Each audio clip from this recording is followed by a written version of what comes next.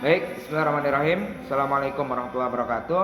Saya Ikhlas Mirza Hakim, saya seorang sarjana hukum dan juga insya Allah sebentar lagi akan disumpah dan dilantik sebagai seorang pengacara. Mohon doanya kepada kawan-kawan semua. Ya, pada kesempatan kali ini insya Allah saya akan membahas terkait permasalahan-permasalahan hukum yang sangat bersentuhan di masyarakat dan juga memberikan edukasi hukum kepada teman-teman semuanya dan juga seluruh penonton yang menonton video ini.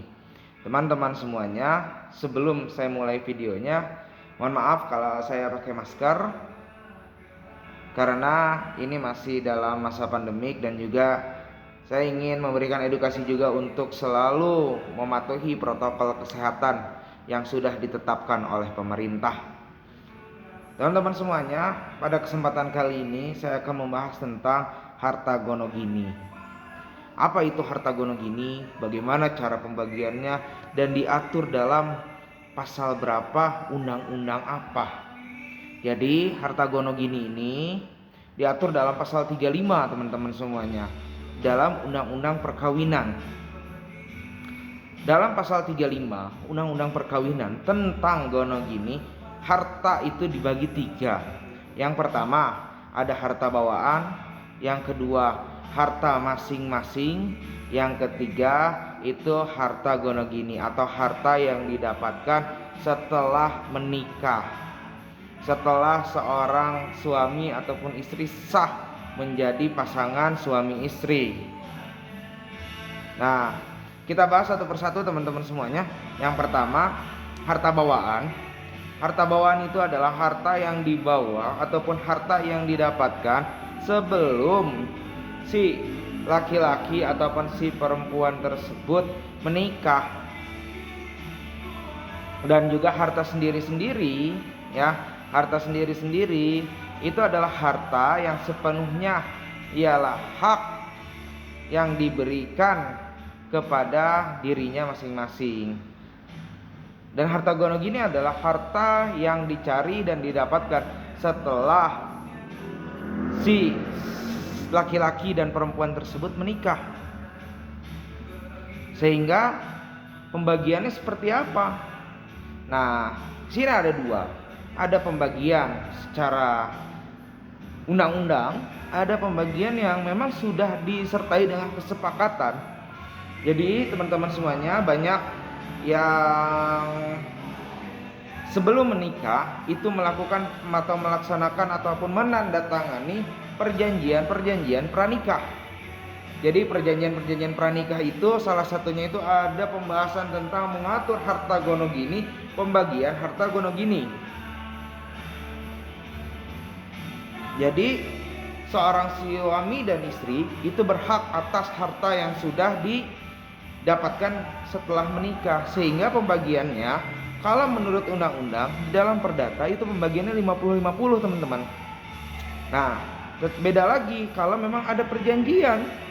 Kalau ada perjanjian yang diketahui oleh bersama, ditandatangani oleh bersama, itu bisa menjadi dasar hukum juga bagi suami istri yang akan bercerai dan membagikan harta gonogininya teman-teman.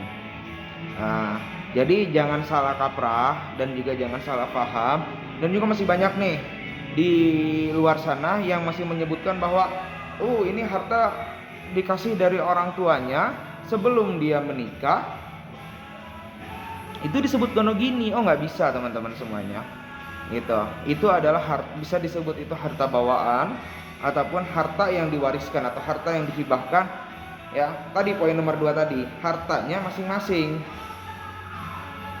Nah, yang kedua, banyak juga nih ketika ada sengketa harta gonogini, itu yang dicari harta orang tuanya, ya, ataupun harta yang didapatkan sebelum dia menikah, dan itu tidak bisa. Secara aturan tidak diatur seperti itu. Yang ketiga, permasalahannya adalah adanya harta gonogini yang cukup besar yang sudah didapatkan oleh suami dan istri, tetapi si suami tetapi salah satunya, bukan si suami saja ataupun si istri saja, ingin menguasai sepenuhnya. Nah, dalam undang-undang pun tidak diatur seperti itu, kecuali diatur dalam perjanjian pranikah. Nah, jadi sarannya untuk teman-teman semuanya yang ingin menikah, bisa dibuat perjanjian pranikah terlebih dahulu untuk, ya kita kan nggak tahu ya kedepannya akan seperti apa, dan juga huru hara di dalam rumah tangganya menyebabkan perceraian ataupun tidak gitu. Itu kita tidak dapat kita prediksi dan tidak dapat kita pastikan. Sehingga untuk menjaga itu semua, maka baiknya digunakan atau dibuat perjanjian pranikah. Memang ini agak sensitif ya. Masa kita belum juga nikah udah mau ngobrolin perceraian, ngobrolin gono gini gitu. Tetapi hal ini juga penting untuk menghindari hal-hal yang kemungkinan tidak ingin kita terjadi gitu. Ataupun mau sesuai dengan undang-undang bisa. Dalam perdata diaturnya tadi 50-50, atau dari 100 itu dibagi 2, 100% itu berarti 50% ya. Jadi cukup adil kalau kita mengikuti undang-undang yang berlaku gitu. Nah, semoga video ini memberikan manfaat kepada teman-teman semuanya dan juga penonton sekalian, yang insya Allah kedepannya saya juga akan memberikan satu video-video lagi yang insya Allah kalau tidak ada halangan kita akan update seminggu 3 kali, memberikan edukasi hukum bagi seluruh masyarakat Indonesia. Dan juga nanti kita juga akan menghadirkan tokoh akademisi, praktisi yang sudah lama berpengalaman di dalam dunia hukum tersebut.